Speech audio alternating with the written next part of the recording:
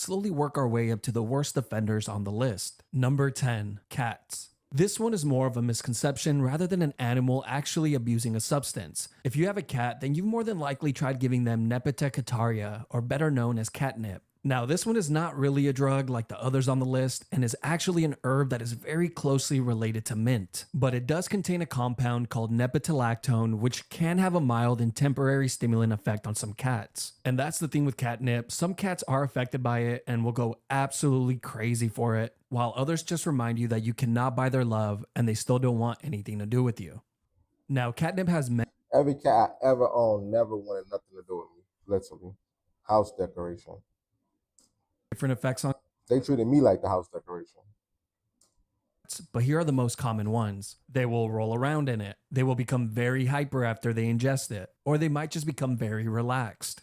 Number 9, dolphins. This is another common one that most people have probably heard of. Everybody loves telling this story when they themselves are under the influence, so let's just get this one out of the way. Yes, it's true, dolphins are the real menaces of the ocean and are despicable losers who love to get high. They do this by first surrounding a pufferfish and proceeding to take turns lightly biting on it. Not only will they nudge and bite the pufferfish, the pod of dolphins will take it a step further by launching him out of the water and playing catch with him, making sure that that pufferfish is completely traumatized for the rest of its existence.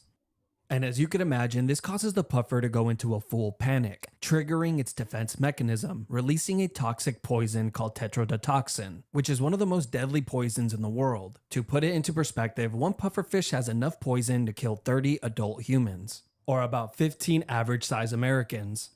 Now, even though it's deadly, dolphins have learned exactly how much of the poison they can tolerate without dying. They've actually been filmed passing the puffer around for 20 to 30 minutes at a time before letting it swim off. The effects that the poison has on the dolphins is pretty interesting. They seem to go into a euphoric state where they become very calm and relaxed, even being mesmerized and completely fascinated by their own reflection on the surface of the water. Number 8. Someone order a college degree program? There's a college in there. Hey, I just deliver life upgrades. Sign here. No one ordered the damn college Birds. degree program. Okay, now we're getting to the ones that most people have not heard of but have probably seen firsthand. Have you ever come across a dead bird that crashed into a window or building? And you sit there wondering, how is it possible that it had unlimited airspace to fly around in and yet still managed to crash? Well, the truth is that it was probably flying under the influence. This usually happens after the first frost, which causes fruits and berries to ferment, producing ethanol, a type of alcohol. And of course, birds know this. They will then proceed to eat as much of the fermented fruit or berries as they can to get completely hammered. And in certain parts of the world, bird alcoholism is on the rise. Just look at Yukon, Canada, where they have built a Bird alcoholism is crazy. for birds that have had too much of the booze, which is basically a drunk tank for birds. Here, they are placed in tiny cages until they sober up, but as soon as they do, they are released back into the wild where they can continue boozing. So next time you see a bird that isn't flying straight, just remember, he's probably a degenerate good-for-nothing alcoholic. Number 7, honeybees. This one is similar to number 8, as most people probably won't know this one, but once you hear about it, you'll realize that you've come across it at one point in your life. Now, this one is a little more violent and doesn't have the ending that you would find at a massage parlor. Have you ever come across a honeybee that's crawling on the floor and doesn't seem to want to fly? As a kid, I used to I have came across them type of bees on the floor that don't fly. I be thinking that they just tough. I gotta know this one. that this was because the bee had recently stung someone and is now dying a horrible and painfully slow death. But now as an adult, I am way more informed. Now, when I come across a crawling bee, I now know that it's either completely blocked out drunk or dying a horrible and painfully slow death. You see, when the temperatures rise, the nectar in plants can become fermented, and you guessed it, it becomes alcohol. So when bees go to collect pollen from the plant and drink some of that sweet fermented nectar, they get completely drunk. And this is when you might find a bee that has lost all control of its sense of direction and motor skills. Now the sad part is, if by some miracle the bee manages to return back to its hive, it will have to go through the guard bees. Think of these guys as the bouncers of the hive, but a lot more violent, aggressive, and heartless. If a drunk bee shows up to the hive, one of two things will happen. He will either get a lifetime ban from the hive, or get his arms torn off, wings torn off, legs torn off, antennas torn off, and eyes torn out. and die a horrible and painful Damn. What? sad Sucks death. to be a bee. But don't worry, it's all done for the sake of the colony, since fermented nectar in the hive can cause the entire colony to collapse. Number 6. Fruit flies. Researchers at a San Francisco university have found that male fruit flies don't handle rejection very well. The research shows that when male fruit flies are rejected by a potential partner, they actually seek out alcohol. Who would have thought that I had so much in common with the fly? Number 5. Vervet monkeys. Now this is the last animal on the list that belongs in an AA meeting. And the reason why they rank so high on the list is simply because they're not just alcoholics, but they are outright disgusting criminals. When these monkeys can't get their fix from fermented fruit, they turn to a life of crime, stealing alcohol from tourists. And they're damn good at it. They patiently wait in the shadows for the perfect opportunity, and the moment a person sets their drink down will be their first mistake. Because as soon as you look away, it's already too late. The monkey will have its greasy little hands on it and already slurping the alcohol down. They do have some of the coolest pictures though, so I'll give them that.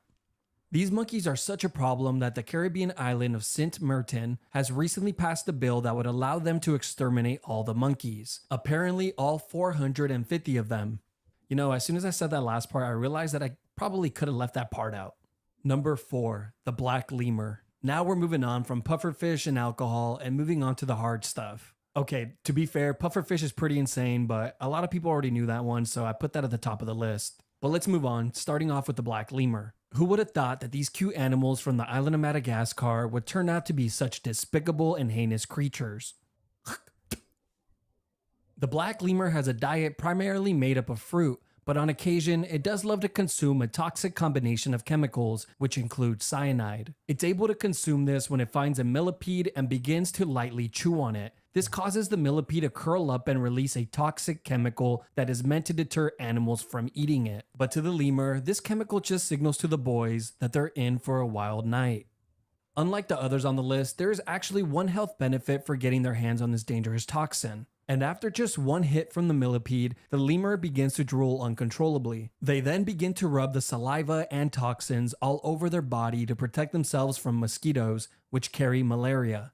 But don't think it's all business. The lemurs continue to take hits from the centipede, consuming more and more of the toxin until they are completely obliterated. It reaches the point that they are so high that the only option left is to sleep it off. I would say it's like having another producer in the room that Damn. knows exactly what your song needs. This is co-producing. Animals the getting high fastest like way to find humans. samples that fit.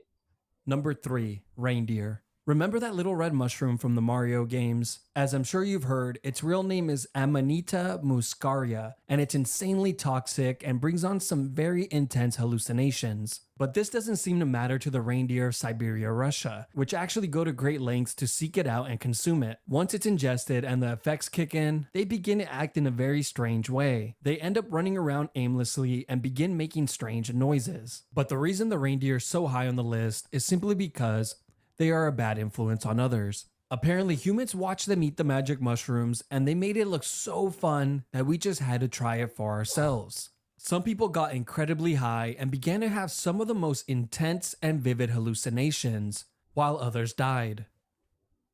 And instead of saying, you know what, we took a L on this one, boys, and we should probably avoid these mushrooms from here on out, no. Someone had the brilliant idea of consuming the urine of the reindeer instead, since he believed that the urine would sterilize the toxins but keep the effects of the mushrooms intact.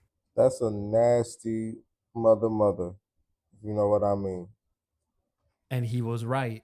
And after that, humans and reindeers could go on wild hallucinogenic trips together. Some people even believe that this is how the story of Santa Claus was created. This theory is called the magic mushroom Christmas theory. He wearing the magic mushroom colors. And they high in the sky. 2. Jaguars. I guess even an apex predator needs a break from killing and ripping other animals apart.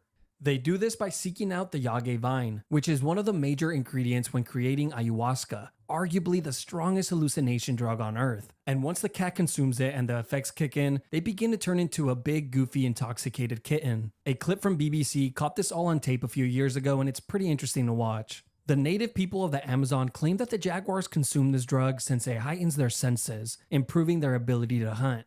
But they're in denial. The cat simply does it to discover things about the universe that he would otherwise not know. Like how Willy Wonka was a serial killer similar to Jigsaw, but instead of doing his experiments on adults, he would do them on children, and nobody ever batted an eye.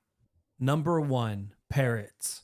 Now this one had to go last due to the severity of the situation. In northern India, these birds are so addicted to opium that the farmers have reported taking massive losses in revenue due to these birds alone. These farmers, who have special permission to grow the plant for medicinal companies, have tried everything under the sun to stop these birds from eating their plants. And it's not uncommon to see a parrot fly away with an entire opium pod to himself.